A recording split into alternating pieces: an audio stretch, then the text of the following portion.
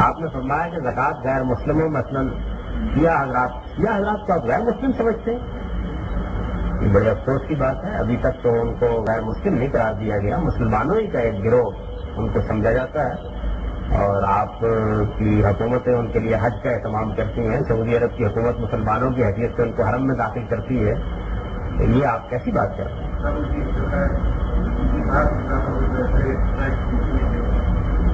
وہ سنیوں کے یہاں بھی بڑے بڑے ایکسپرٹس ملتے ہیں. آپ کہیے تو سنا دو. ہمیں صرف یہی تک محدود رہنا چاہیے کہ ہم کسی غلطی کو غلطی کہیں. کسی آدمی کو مسلمانوں کے دائرے سے نکالنے کا کام کرنا یہ اسٹیٹ کا کام ہے, یہ ہمارا کام نہیں. غیر مسلموں کو زکوٰۃ اپنے دور میں بھی اس کی وضاحت کیجیے. قرآن مجید بالکل واضح ہے اس معاملے میں. اس نے زکوٰۃ کے مصارف میں مسکین اور فقیر کو بیان کیا. یہ تو نہیں کہا کہ فقیر مسلمان یا مسکین مسلمان کو دیے. مجھے معلوم ہے کہ لوگوں نے اس پر مسلمانوں نے کی شرط کہاں سے لگا دی. قرآن مجید تو کہتا ہے کہ فقراء مساکین کو, تاوان تلے دبے ہوئے لوگوں کو زکوٰۃ دو. اس میں کوئی مسلمان غیر مسلمان کی تکلیف نہیں. رام جی صاحب, جیسا کہ آپ انتہائی کامل یقین کے ساتھ قرضے, ٹکموں سے اوپر پائنٹے وغیرہ کے بارے میں ایک نتیجے پر پہنچے ہیں جس کا روایتی مذہبی طبقہ آپ کے نقطہ نظر کی انتہائی سختی کے ساتھ تردید کرتا ہے. میرے لیے انتہائی فکر کی بات ہے کہ آپ بھی قرآن سنت حدیث کو بھی اسی سے بات کرتے ہیں کہ اللہ کی نظر میں آپ صحیح ہے یا روایتی مذہبی طبقہ. یہ فیصلہ تو اللہ تعالیٰ کے پاس جائیں گے تو ہوگا. اس دنیا میں تو ہم کو اپنے علم عقل کی روشنی میں فیصلہ کرنا ہے. اور اس پہ حضور نے بڑی بشارت دی ہے کہ آدمی نے نیک نیتی کے ساتھ دین پر غور کیا اور وہ صحیح نتیجے پر پہنچ گیا تو 2 اجر ہیں, اور غلط نتیجے پر پہنچا تو 1 اجر ہے. یعنی معاوضہ کوئی نہیں. بس یہ ہے کہ نیت ٹھیک ہونی چاہیے.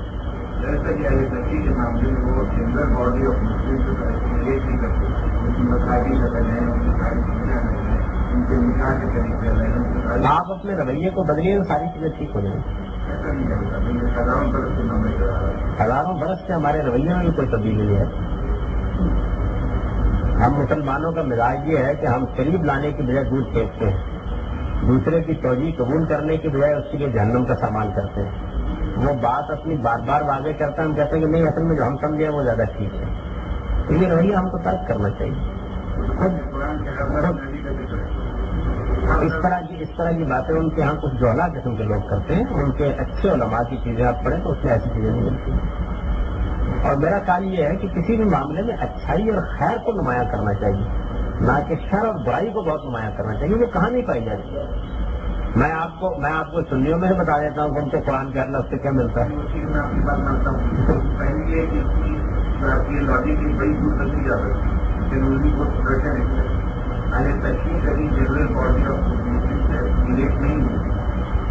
اس وقت بھی ہے, پوری طرح ہے. جس دن آپ یہ فیصلہ کر دیں گے کہ اب ان کو حرمین میں داخل نہیں ہونا, اس دن بات کیجیے گا مجھ سے.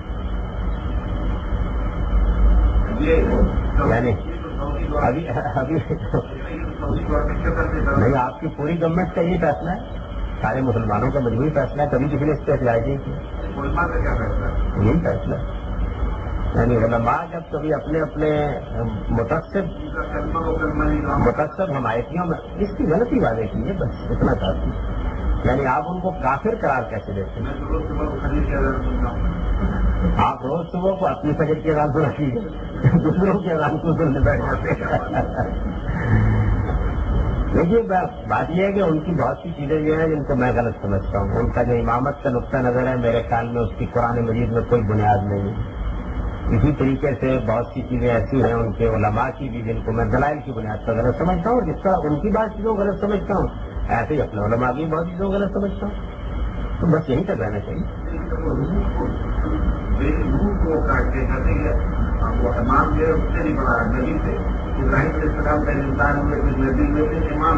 ہاں تو یہ ایک مبالغہ ہے نا, اس مبالغے کو دور کرنا چاہیے. آپ کی ابن عربی کے بارے میں کیا رائے ہے؟ تو آپ کے بڑے صوفی ہیں وہ بھی یہی کہتے ہیں. وہ یہ کہتے ہیں کہ خاتم الاولیاء خاتم الانبیاء سے ہی برتر مقام رکھتا ہے. پھر کیا کریں گے آپ؟ ایسی بہت سی باتیں ہوتی رہتی ہیں. ان کی غلطی واضح کرنی چاہیے. کسی آدمی کو کافر قرار دینے کے لیے امت کی سطح پر اجتماعی یا سیاسی فیصلے ہوتے ہیں. ہمارا کام صرف یہ بتانا ہے کہ یہ غلط ہے. یہ صحیح. میں تو ابھی حج کے لیے گیا ہوا تھا اس سال. میرے بالکل خاص اہل تشیع نماز پڑھتے تھے اور سب عبادات کر رہے تھے اور آپ کی حکومتیں ان کی میزبانی کر رہی تھی. بلکہ اتفاق سے میں جس علاقے میں مقیم تھا وہاں بھی زیادہ وہی تھی اور وہاں کی مقامی مسجد میں کسی وقت جب حرم میں نہیں جانے کا موقع ملتا تھا تو وہاں بھی بہت نماز پڑھنے کی بات. میرا خیال یہ کہ اس ایٹیٹیوڈ کو بدلنا چاہیے. دنیا کے سارے مذہب سارے کنٹری میں یہ دونوں کو بہت ہی تین دفعہ کرے تو نبوت کا درجہ پڑتا ہے, 40 دفعہ کرے تو اس سے آگے بڑھتا ہے. یہ یاد مکان دیش کی غلطی آپ واضح کرتے ہیں. اس کی غلطی روکی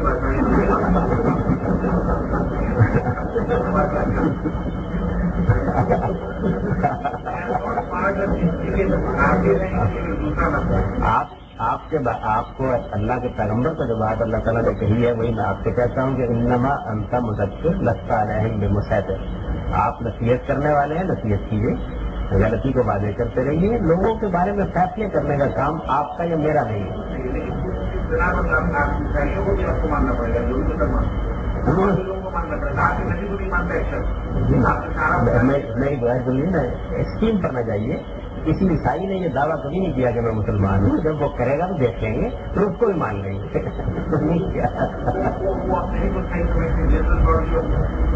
میں صحیح اور غلط سمجھنے کی بات نہیں کر رہا. میں یہ بات کر رہا ہوں کسی گروہ کو مسلمانوں کی جماعت سے کاٹنے کا فیصلہ میں یا آپ نہیں کرتے. یہ فیصلہ امت کو پولیٹیکل سطح پر کرنا چاہیے اگر کرتا ہے, مگر ایسی کوئی ضرورت بھی نہیں ہے.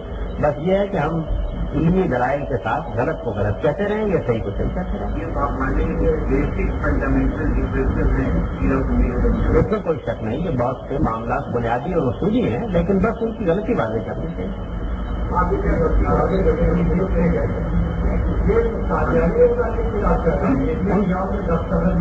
انہوں نے تو ان کے بارے میں اسٹیٹ نے فیصلہ کیا. قادیانی کو جو قاضی قرار دیا گیا اس میں شیعہ اور مغربی دستخط ہے.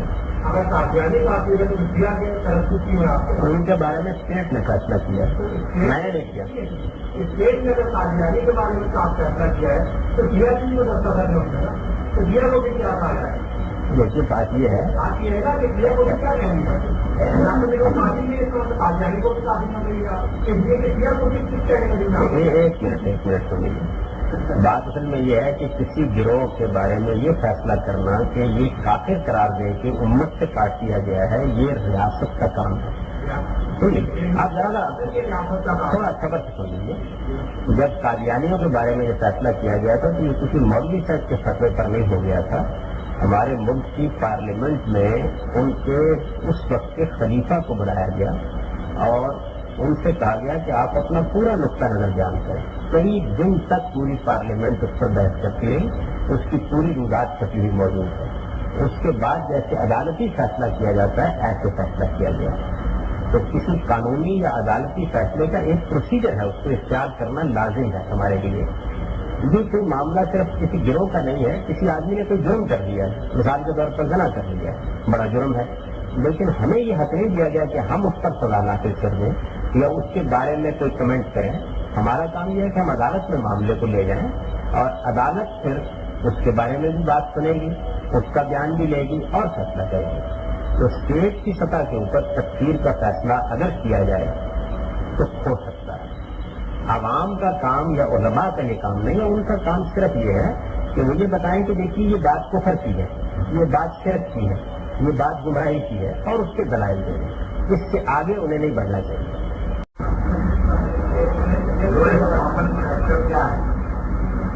اللہ اور اللہ کے رسول کو ماننا.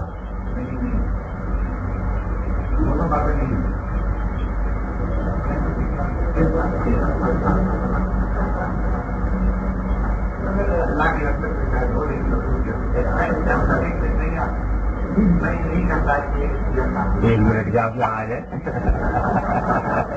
میں ضرور بہت ہی ویلیڈلی کر رہا ہوں کہ ان میں اور جنرل باڈی آف مسلم میں بہت فرق. اس میں کوئی شکی نہیں ہے, اس میں آپ سے کوئی اختلاف نہیں. لیکن بہت فرق ہے. اور اگر تھوڑا آدمی حج کرنے گئے وہ آپ کہیں آپ قبیلہ کرنے گئے. انہوں نے کہا دنیا میں کوئی مذہب نہیں ہے, کوئی گروپ آف پیپل نہیں ہے جو برائی کو کہے کہ سب سے مستحسن کھانا زندگی میں جھوٹ بولتے ہیں, ساری تربیت میں جھوٹ بول کے روک دیا. ہمیشہ یہی کیا سارے سرٹیفکیٹ چاہیے، لیکن ہم کو نہیں کرتے کہ ہم سے نبوت کے مقام پر، امامت کے مقام پر، فضیلت کے مقام پر یہ کوئی اچھا کام کرتے ہیں. ٹھیک ہے کسی طرح کی رفتہ ہماری مجبوری سے، ہماری کمزوری سے ہر آدمی کرتا، لیکن یہ ایسی کتابوں میں مختلف کتابوں مضمون مومانی کی الہی اختلاف کافی کام کیے جیسے کہ بہت بڑی کتابوں اور وہ کافی ہے وہ بھی اللہ کو مرضی ہے کہ بالکل آپ کی بات کرنا. منظور نعمانی صاحب کی کتاب سے معذرت کے ساتھ مجھے بڑا اختلاف ہے، اور میں بڑے ادب کے ساتھ اختلاف کے بنیادی نکات آپ کے سامنے رکھ دیتا ہوں. ایک تو یہ چیز ہے کہ جس طرح ہمارے ہاں دو مکاتب فکر ہیں، ایک اہل حدیث حضرات اور ایک فقہا کی پیروی کرنے والے لوگ، میں نے یہی صورت ان کے ہاں ہے. جن کتابوں کے اس کتاب میں حوالے دیے گئے ہیں وہ سب ان کے ہاں حدیث کی کتابیں ہیں، اور ان کتابوں میں رسم و یابس روایات بھری پڑی، ان کو جمع کر کے ان کے بنیادی عقائد کے بارے میں کوئی رائے قائم کرنا صحیح نہیں ہے. یہ اصولاً غلط ہے. مثال کے طور پر ہمارے ہاں بخاری شریف مستند ترین کتابوں میں سمجھی جاتی ہے.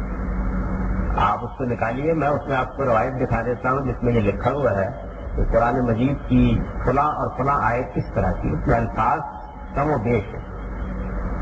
اس کو میں نقل کروں اور یہ کہوں کہ اہل سنت حضرات قرآن مجید میں کمی بیشی کے قائل، اس کو آپ علمی جانت اور انصاف کے مطابق سمجھیں گے. اب میں آپ سے عرض کرتا ہوں کہ پچھلی 10-12 صدیوں میں شیعہ حضرات کے ہاں جو چار بہت بڑے علماء پیدا ہوئے، یعنی جن کے بارے میں ان کے یہاں اتفاق ہے کہ ان کے ان سے بڑے علماء نہیں ہیں. ان چاروں نے بغیر کسی ادنا درجے کے تردد کی یہ بات کہی کہ قرآن وہی ہے جو اس وقت مسلمانوں کے ہاتھ میں، اور ہم اس میں نہ ایک لفظ کی کمی کے قائل ہیں نہ ایک لفظ کی بیش کے قائل. سوال یہ ہے کہ اس بیان کو کیوں قبول نہ کیا؟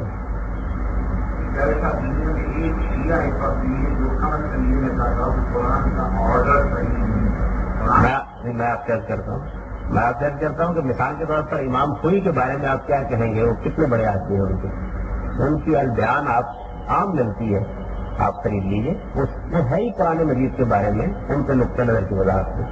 انہوں نے اس میں سیدنا عثمان نے جو قرآن مجید کو مرتب کر کے جیسے کہ وہ کہتے ہیں جاری کیا ہے، اس کے اوپر ہونے والے اعتراضات کا جواب دیا ہے، اور بڑے اصرار کے ساتھ یہ بات کہی ہے کہ اس قرآن مجید کو ہم بالکل ایسے ہی اسی طریقے سے جیسے کہ جو امت کے ہاتھوں میں ہے ایسے ہی.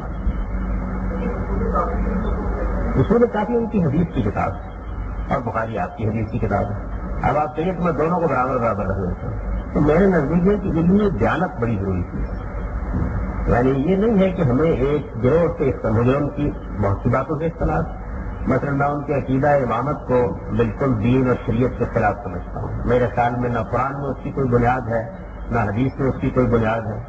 اسی طریقے سے انہوں نے جو ائمہ کے لیے مقام متعین کیا ہوا ہے وہ ایک ایسا مقام ہے کہ جس کے بعد نبوت بھی کم و بیش باطل محسوس ہوتی ہے، اور اس مقام کی بہت سی تصریحات ان کے یہاں پائی جاتی ہیں. اسی طریقے سے ان کے امام غائب کا جو تصور پیدا ہو گیا ہے میں اس کو بالکل کپتانہ سمجھتا ہوں، اس کی کوئی دینی یا علمی یا فکری حیثیت میں نہیں مانتا. جو بدعات انہوں نے بعض دینی معاملات میں ایجاد کیے ہیں ان کے اوپر بھی میں تنقید کرتا ہوں، ایسے ہی کرتا ہوں جس طرح کے اہل سنت کے بہت سے مکاتب فکر کی بات کرتا ہوں. لیکن میرے خیال کے مطابق ان گمراہیوں کی تاریخ بڑی لمبی ہے. اس میں کسی گروہ کو متعین کر کے اس کے بارے میں جب آپ گفتگو کرتے ہیں تو یہ نہیں کرنا چاہیے کہ ان کے یہاں جو کاسٹ بار ہے وہ جمع کر لیا جائے. وہ کاسٹ بار ادھر بھی جمع کر لیا جائے تو کم نہیں. میں آپ اجازت دیں تو میں آپ کو آپ کی پوری تاریخ میں چند متعین لوگوں کو سامنے رکھ کے بتا دیتا ہوں کہ انہوں نے کیسی کیسی باتیں لکھی ہیں. غصہ کرنے والی بات ہے نا. تو میرا خیال یہ کہ اس بنیاد پر ہمیں دوسروں کے بارے میں دیکھیے اللہ تعالیٰ کا دین کا سکھایا ہوا اصول کیا ہے. سکھایا ہوا اصول یہ ہے کہ جب آپ کسی آدمی کے بارے میں کوئی تنقید کرتے ہیں یا کسی جماعت یا گروہ کے بارے میں تنقید کرتے ہیں تو آپ بہت اچھی طرح اس کا مطالعہ کریں اور یہ دیکھیں کہ ان کے ہاں ذمہ دار لوگوں کا موقف کیا ہے. یہ کیسی بدقسمتی کی بات ہوگی کہ ہم کسی مزار سے جائیں اور وہاں جو لوگ سجدریز ہو رہے ہوتے ہیں ان کی باتیں سنیں اور اس کے بعد کہیں کہ سنی حضرات کا مذہب نہیں. عوام میں بڑی گمراہیاں ہوتی ہیں.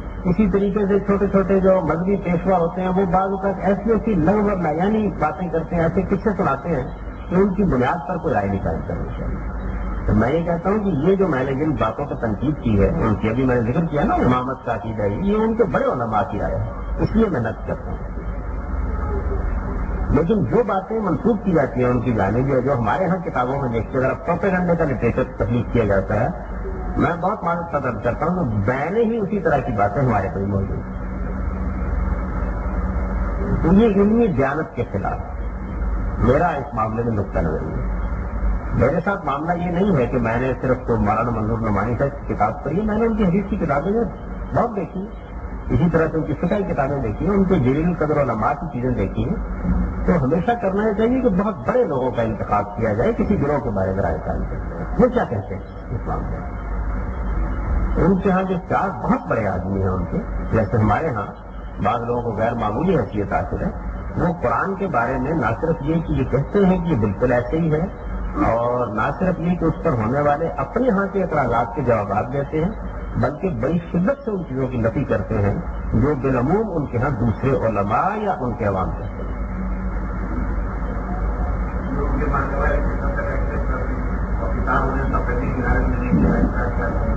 وہی بات یہ ہے کہ اگر فرض کر لیجیے کہ یہ مان لیجیے تھوڑی دیر کے لیے, اس کا فیصلہ اللہ تعالیٰ کرنے دیجیے, اس کا فیصلہ ہم کیوں کریں؟ یعنی ہمارے سامنے تو جو کچھ ظاہر ہے ہم اس کی بنیاد پر فیصلہ کریں, اس کو ہم کیوں فیصلہ کریں؟ اس وجہ سے میں یہ کہتا ہوں کہ ایک تو تنقید کرتے وقت یہ دیکھنا چاہیے کہ جس چیز پر آپ تنقید کر رہے ہیں اس کے بارے میں ہمارا علم کس حد تک ہے, اس میں ہم نے کن لوگوں کا انتخاب کیا ہے تنقید کرنے کے لیے. ایک پورے گروہ پر آپ تنقید کر رہے ہیں نا, تو اس میں ایک عام آدمی کی رائے کو پکڑ کے ہم تنقید کر دیں, ایک قصہ سن کے اس کے اوپر تنقید کر دیں. میرا اپنا احساس یہ ہے کہ تنقید کی وہی چیزیں لینی چاہیے جن کو ان کے مسلمہ طور پر مانا جاتا ہے.